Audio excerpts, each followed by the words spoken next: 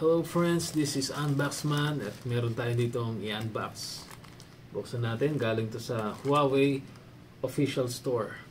Yan, tingnan natin. Buksan natin. Let's go! Ito na, saan natin bubuksan? Maiwan natin yung item.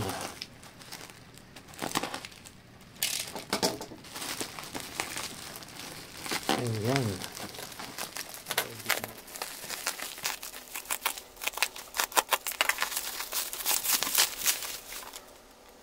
Wow! Ito na yung ating in-order. Ito yung box niya.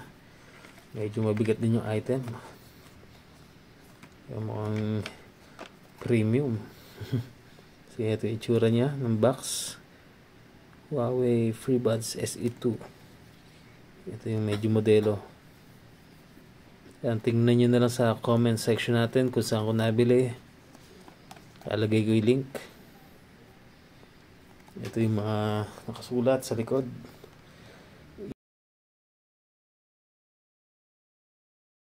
Kasi buksan natin.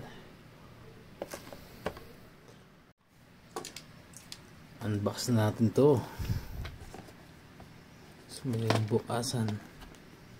Ito pa pala may nakalagay sa likod.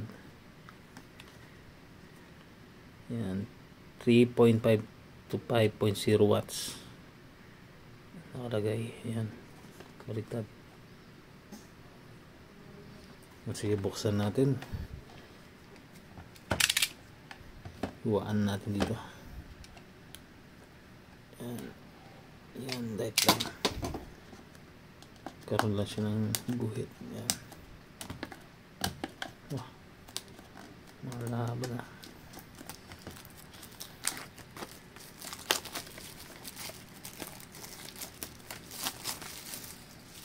Tanggalin natin. Next ay bands. Ay magpabukas nito sa ilalim na lang. Yan. Yun, eto na.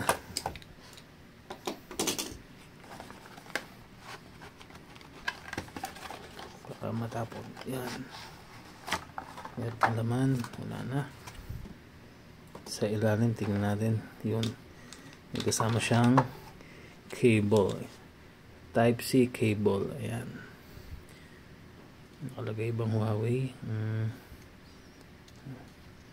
Wala. Ayan, nakalagay 3A. Ayan, 3A. Ito yung kanyang mga brochure. Kung may gusto ko yung itanong sa akin kung ano yung laman nito, ay sabihin nyo lang. Ito yung mga laman niya. Hindi natin buksan. Ibang salita ito. Ito pala warranty card. Sige, ilagay natin dito. Mamaya natin gamitin yan. Ito yung pinakalaman ng box. Tingnan natin. Tulak natin sa likod. Yan. Premium. Premium feels.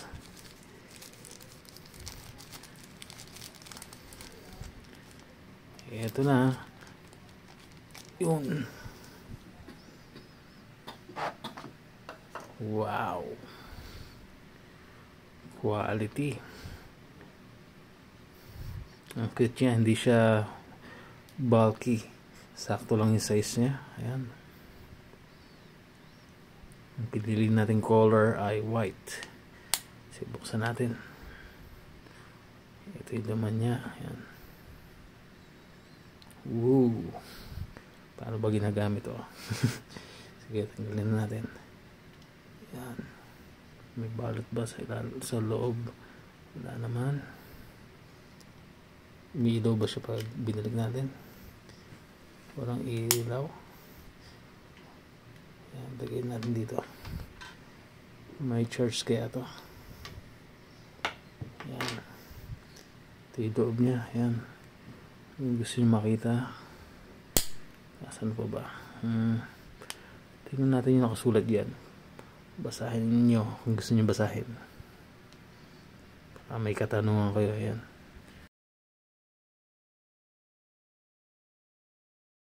Okay. Ayun pala, dito pala ilaw. Hinahanap ko yung ilaw dito. Dito pala. Yan, may charge siya. Ito, subukan natin kung maganda yung tunog niya. Papadinig ko sa inyo sa ating camera kung madididig yung lakas niya. Yan, i-research natin kung madedetect siya or kailangan pa natin ibalik sa box niya para mag-on. Yan, walang ma-research. Siguro kailangan natin ibalik yan. No nearby Bluetooth devices were found. Balik natin. Subukan natin ulit. Tama, wikabit ko. Baliktad. Ayan. Kabit natin ulit. Tapos buksan. Yung kulay white nakalagay. Siguro indicator yun na nagcha-charge. Pero tanggalin natin. Ayan. 1, 2. Tapos i-research natin siya. Yun, nakita na. Huawei. Huawei FreeBuds SE2 pair. Kaya nakakonekta na. Full charge siya. Subukan natin Lady Gaga. Yan, Lady Gaga. Sagad natin. Uy, malakas ah. Dinig ko. Yan o.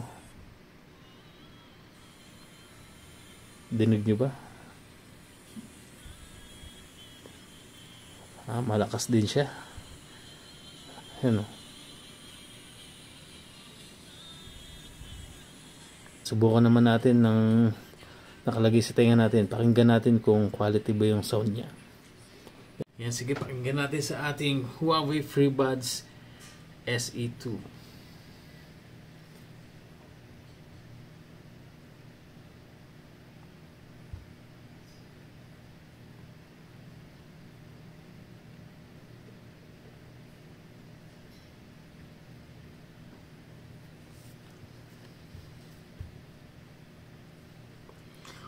Oh. Lakas.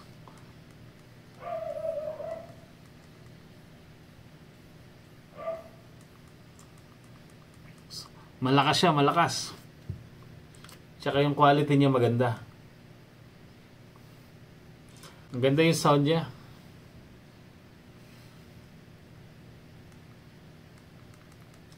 Para sa price niya, sobrang panalo yung tunog.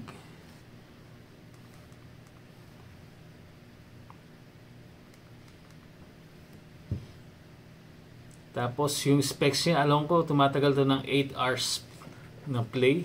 Parang ganun eh. Basta ilalagay ko sa ilalagay ko sa ating screen yung specs niya.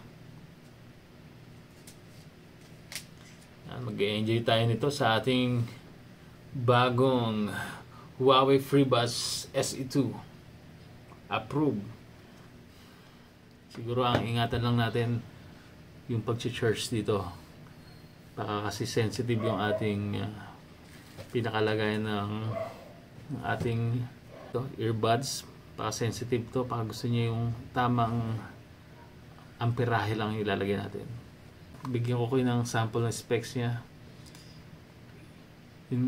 Yun nga, yung 9 hours pala of playback on full charge. Sobrang tagal ng playback niya. Sige niyo 9 hours kayo makikinig. Pag hindi pa kayo natulig na eh. At saka IP54 siya. Splash and dust resistant. Panalo. Sa presyong pangmasa. Naka Huawei earbuds ka na. Yung modelo pa, yung 2. Bibilihan na lang natin to ng cover. Pinaka-cover niya para pag nalaglagay hindi magasgas. At yun nga pala, papahabol ko kaya gusto ko yung ganitong design. Yung wala siyang goma. Yan, walang goma to. Problema ko kasi sa goma, tuwing tatanggalin ko, sumasama. Naiiwan. Kumbaga, naiiwan sa tenga. Ito, walang goma. Talagang swabe lang siya. You know?